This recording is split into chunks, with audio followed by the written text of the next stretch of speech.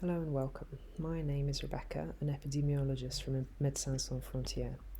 We would like to present the interim results of a study that evaluates a patient-centred, multidisciplinary psychosocial support and harm reduction intervention that aims to improve drug-resistant TB treatment adherence for patients with harmful use of alcohol in Minsk, Belarus.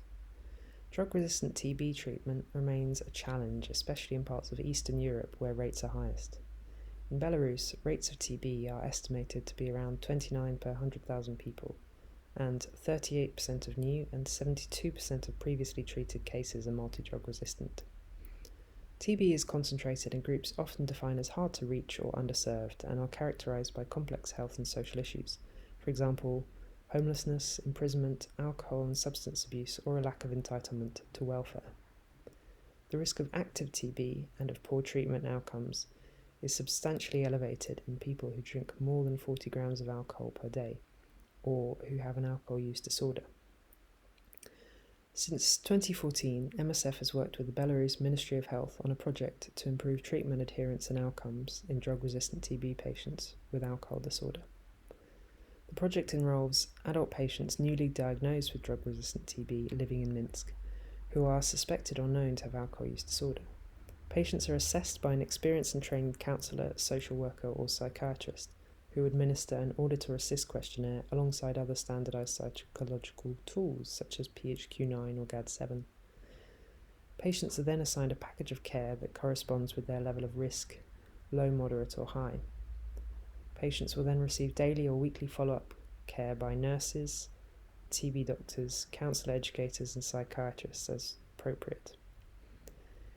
In terms of results, in this interim analysis, we present baseline and outcome variables for patients admitted to the programme between the 1st of January 2019 to the 31st of May 2020. 60 patients were included in the study. 86% of patients are male and 66% are between 35 and 55.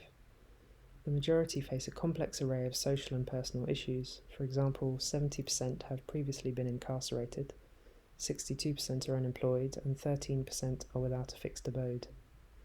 The most common comorbidity is hepatitis C at 42%, and the second most common is HIV at 30%.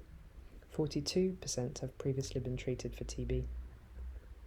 In Table 1, we also present the psychiatric diagnoses of patients. Whilst all patients have a suspected disorder due to the use of alcohol, not all patients have a formal diagnosis.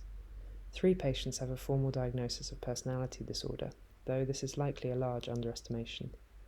Self-reported rates of anxiety and depression were not that high at baseline, though similarly this is thought to be an underestimation.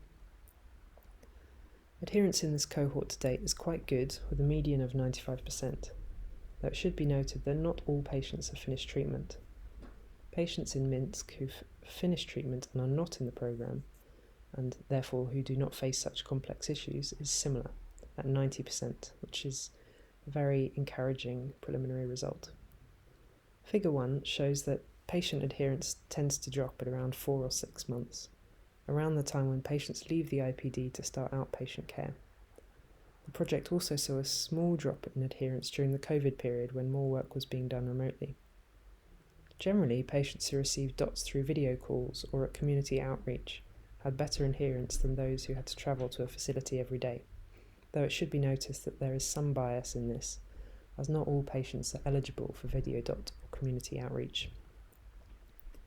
So, in conclusion, we show that adherence to MDR-TB treatment amongst patients in the programme is generally as good or better than other patients not in the programme, despite the fact that those in the programme face complex social, mental and physical health problems that are known risk factors for poor adherence. These are preliminary findings, but we really hope that the findings from this study, once complete, are used to inform policy change towards implementing a patient-centred approach to drug-resistant TB care in Belarus and neighbouring countries. We hope to release the full results of this quantitative analysis alongside qualitative data taken from interviews with patients and focus groups with practitioners in the next few months, so watch this space. Finally, we would like to thank the patients who are receiving care in this intervention and the team of staff who make the project possible.